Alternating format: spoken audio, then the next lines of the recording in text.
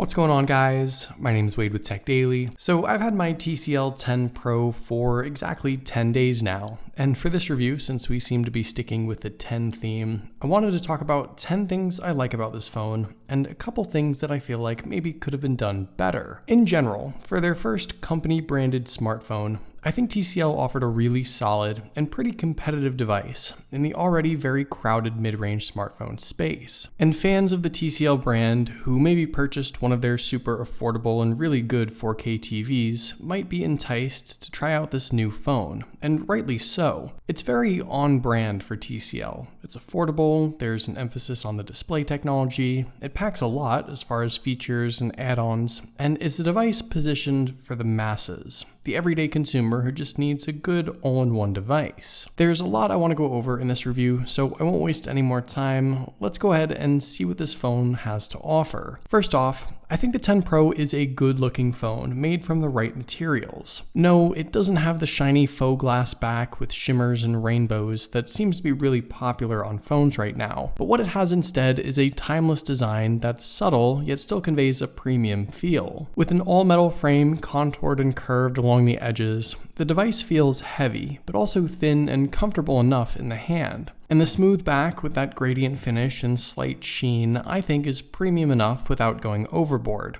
It probably most closely resembles the Samsung Galaxy S9, just without that delicate glass back. If you liked that phone, you'll like this one. In a way, it is a flagship form factor for a more reasonable price, and while some other smartphone brands compromise on materials when they sell devices under $500, TCL didn't compromise at all. The second thing I like about this phone is really a collection of things. It's all the hardware features you can find when you look around the device. The 10 Pro has a regular old headphone jack at the top, which is great, and TCL also included an IR blaster as well, which you never really see anymore. For TCL, a company that's most known for their TVs, this makes sense. It's nice being able to control your TV or other entertainment-related stuff with your phone, and I think in a way, it sort of allows a TCL TV owner who becomes a TCL smartphone owner to become even more engulfed with the brand and ecosystem, I guess you could say. And once again, this sort of falls along with the same lines of what I mentioned earlier, no compromises. While other companies have removed these kinds of features,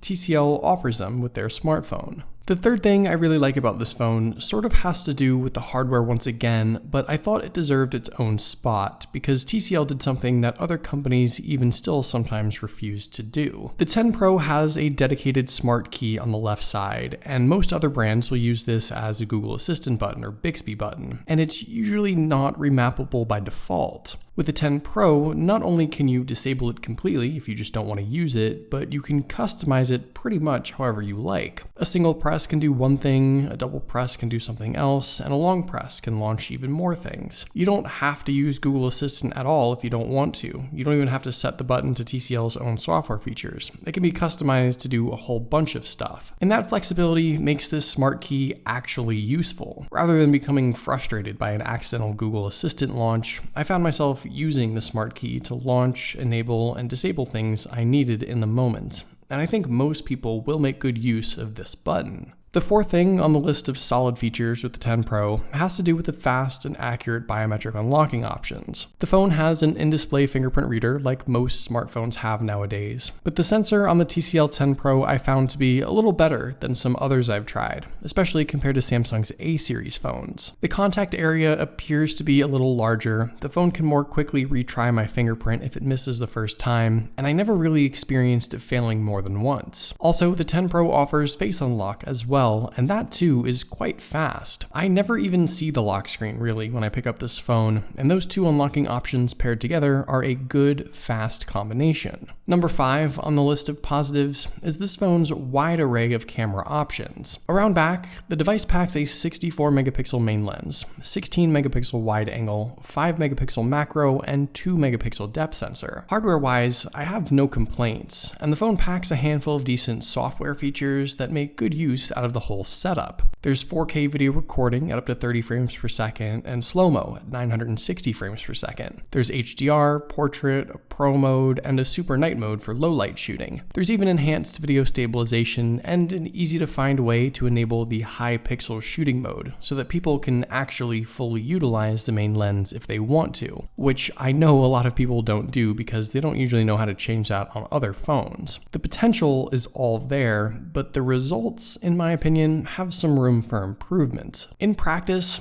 I think the pictures and videos are decent. They aren't flagship quality, obviously, but I think for most people it's going to be fine. The most notable characteristic really is what the 10 Pro does with the color. The phone kicks the saturation up to 11, and for some shots, it might be the right look, but for average everyday outdoor shooting, things tend to look a little overdone. Skies are really a deep blue, shadows go pretty dark, and the greens of the leaves in the trees almost feel like they've been over-enhanced. Besides that, I think there's plenty of detail in every shot, which is great, and I tend to use the 64 megapixel mode to get the most out of it all. And when it comes to videos, the enhanced video stabilization option really does a nice job keeping things still and steady. That's what impressed me the most, and specifically with mid-range Android phones, it's usually image stabilization that falls short, so TCL did a nice job stepping things up there. Now, there are a couple of other things I don't really like with the camera. Unfortunately, I don't think Super Night Mode is all that good. You should still use it. It helps a ton, but what it does is basically bring up the saturation a ton once again, makes everything look really colorful. It boosts the exposure and brightness, obviously, but the end result is still a fuzzy, noisy picture that lacks a lot of detail. It doesn't really give you anything more than like an Instagram filter could offer. And there's also the matter of the selfie camera. Now, when I first tried it out, I thought it was not too bad really, but the more I used it, the shots just tended to look worse and worse. Oversaturated, yet somehow still making my skin look very pale, and not a whole lot of detail, given the fact that it's a 24 megapixel shooter. The results are better than some, but I would say TCL could have done a bit better. Back on the list of things TCL did well, number 6 has to do with the software experience. Now, we're going to ignore the specs for just a second. I'll talk about that, of course, but TCL's Android experience in general, for really the first time out, is a great setup. There are a number of things they added to make it their own, like a useful sidebar with app shortcuts, a decent looking theme, a good launcher, and enough customizability out of the box to make it feel like you aren't trapped by bad software. Also, TCL did a great job optimizing their Android experience to make the phone feel fast. It's quick, it's very responsive, and I haven't really had any issues no matter what I do with the phone. In regards to the internal specs, and this is number 7 on the list of positives, TCL offers the 10 Pro with 6 gigabytes of RAM. It's not pushing the limits, but it's plenty for this phone, I think, and looking ahead, that's enough to consider this phone a decent investment to use for 2 or 3 years. Similarly, number 8 on the list of positives is the storage option. 128 gigs of built-in UFS 2.1 storage is great on its own, but you also have microSD as well to expand things even further. That's all great, and I think there's plenty of value there. The problem, though, with the specs is what TCL decided to go with for the processor. The 10 Pro has just the Snapdragon 675 inside. Here are the Geekbench and Antutu benchmark scores with this phone, and you can sort of see what we're working with here. There are plenty of better options out there to choose from. A Snapdragon 700 series should have probably been what they went with, but even an older 800 series from like a previous year, I think could have been shipped with this phone. It's probably the one single thing that holds this device back and makes more tech-focused buyers stray away from it. Fortunately, I don't think it hinders performance. Like I said, the Android experience is great, and when you push this phone a bit with lots of apps or even gaming, there's nothing really that it can't handle. But launch and load times with those graphics-heavy games are a bit too long, and every once in a while the phone might skip a frame. All evidence that a better processor would have been the cherry on top of an otherwise decently outfitted phone. Number 9 on the list of positives for this device is a really solid 6.47-inch display. It's an AMOLED panel with a resolution of 2340 by 1080. It packs in 398 pixels per inch, and it's an awesome viewing experience overall. The curved glass isn't for everyone, but I like it. I have no issues with it, and it contributes to the more premium feel for me. And the slim bezels all around give you a nearly 90% screen to body ratio, which means you're basically only ever looking at your content with no other distractions. As the leader in affordable 4K TVs, I fully expected the 10 Pro to offer as good of a viewing experience as possible, and that's exactly what TCL delivered here. I really don't have any complaints, but TCL even took it a step further by throwing in their Next Vision chipset to enhance the display even more. With this enabled, you get a bright, punchy, colorful enhancement to your content in a similar way to how HDR10 boosts things up. Now for me, I ultimately found the enhancements to be pretty good because I like that bright, colorful look, but I know that's not everyone's preference. If you want to disable Next Vision completely, and maybe even go the other way with a more natural color profile, you can do that too, and that still gives you a great viewing experience. The main point here with this is just having all that customizability. TCL offers a display that can be tweaked, adjusted, or enhanced for just about anyone. And I think this phone has one of the best screens paired with more software options than I've seen on really any other device.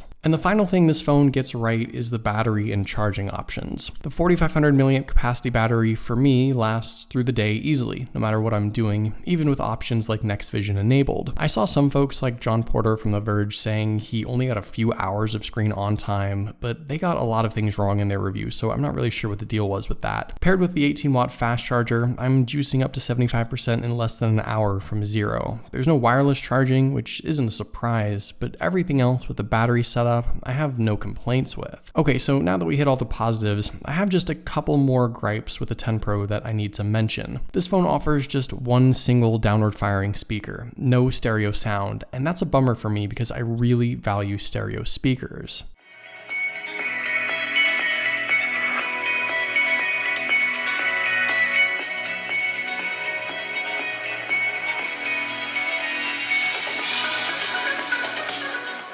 It still sounds okay, but given all the other extras this phone has, I'm surprised TCL didn't offer it. Also, the name of this phone, the TCL 10 Pro, is a little strange. It's not a Pro device at all. It's a mid-range smartphone, and Pro is something that gets really overused nowadays. TCL does have another new smartphone on the market, the TCL 10L, that's cheaper than this one and offers less specs and features. So I guess this is Pro compared to that device, but it's not Pro compared to really anything else on the market. It probably should have just been named the TCL 10, and the company could have left the Pro distinction for a higher end phone at a later date. There's also the matter of the price. The 10 Pro retails for $449 unlocked, and while everything else about this phone might warrant that price tag, the thing that doesn't is the processor. There are cheaper phones that offer better internals entirely, and I think this is the biggest issue. Comparatively, it's not the best value on the market, and I think this phone probably should have been $399.